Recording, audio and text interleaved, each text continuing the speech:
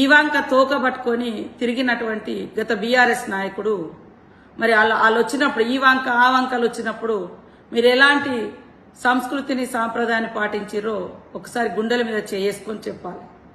ఈరోజు నిన్న జరిగినటువంటి సంఘటనలో 33 మంది కంటెస్టెంట్స్ వస్తే 32 మంది వాళ్ళ కాళ్ళు వాళ్ళు కడుక్కొని మరి గుళ్ళోకు రావడం జరిగింది.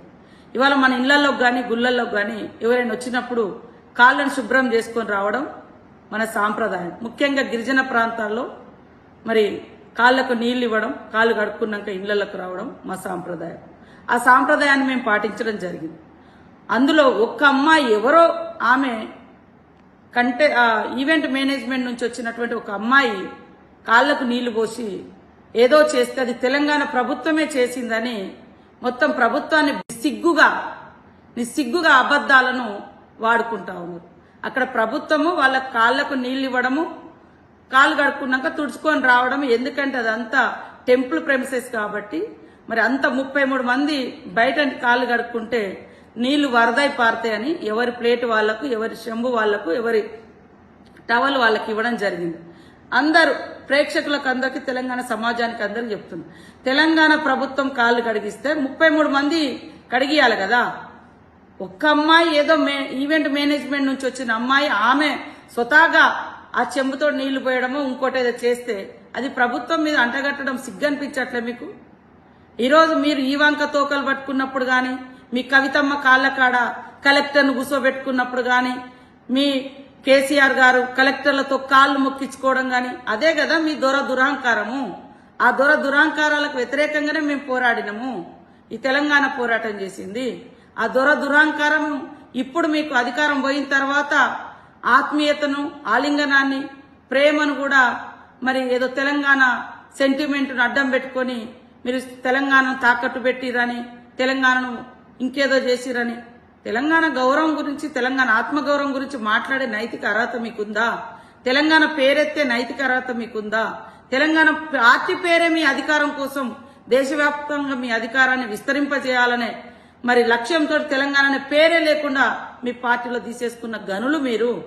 దానికి తోడు ఈ మధ్య కాలంలో మరీ సబితా ఇంద్రారెడ్డి గారు మా ములుగు మీద పచ్చి అబద్దాలకు అంబాసిడర్ గా మారింది. ఆమె హయాంలో ఏం మానవత్వం చూపించిందో చాలా మందికి తెలుసు. ఆమె మంత్రిగా ఉన్నప్పుడు ఎంతమందిని ఏ రకంగా చేసిందో అందరికీ తెలుసు.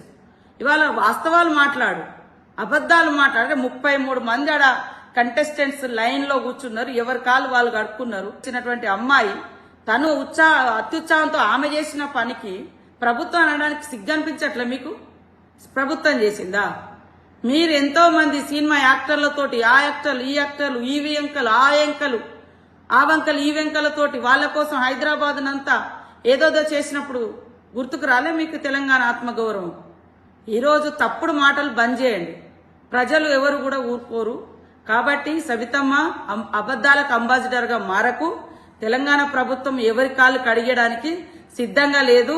మీలాంటి వాళ్ళు, మీ నాయకులు లాంటి వాళ్ళు తెలంగాణ ప్రజలను అణిచిపెట్టి కాళ్ళు కడిగించుకునే చరిత్ర, కాళ్ళు మొక్కించుకునే చరిత్ర ఆ కుటుంబాలది, ఆ నాయకులది, ఆ దొరతనాంది, ఆ దురహంకారంది. ఆ దురహంకారానికి వ్యతిరేకంగానే ఈ తెలంగాణ సమాజం తిరుగుబాటు జెండాను ఎగిరేసింది. కాబట్టి ఇక్కడ నిన్న జరిగిన దాంట్లో కేవలం మేము తెలంగాణ సంస్కృతి, గిరిజన సంస్కృతి, సాంప్రదాయాల బద్దంగానే మేము అక్కడ చేసినాం. కాకతీయుల వారసత్వాన్ని, కాకతీయుల యొక్క పరిపాలనను, రుద్రమాదేవి యొక్క శౌర్యాన్ని, పౌరుషాన్ని అక్కడ కళారూపంలో కూడా ప్రదర్శించడం జరిగింది. సక్సెస్ అయినందుకు మరి ఓర్వలేక రకరకాల కామెంట్ చేస్తారు. అధికారం పోయిన తర్వాత ప్రజలు గుర్తుకొస్తారు. అధికారం పోయిన తర్వాత నీకు ఆత్మగౌరవం గుర్తుకొస్తుంది. ఏం ఆత్మగౌరవం ఉండేనే నీకు? ఇవంక ఏమని ఆమె తోకబట్టుకొని తిరిగి ఆమె కోసం హైదరాబాద్ అంతా నీట్గా చేసిరు ఆ రోజు. కాబట్టి ఇవాళ అబద్దాలకు అంబాసిడర్ గా మారే సబితమ్మ, అదేవిధంగా బీఆర్ఎస్ నాయకులు తప్పుడు ప్రచారం చేసుకోకండి. తప్పుడు ప్రచారాలతో మీరు ఇవాళ మీ పరువు మీరే తీసుకుంటారు.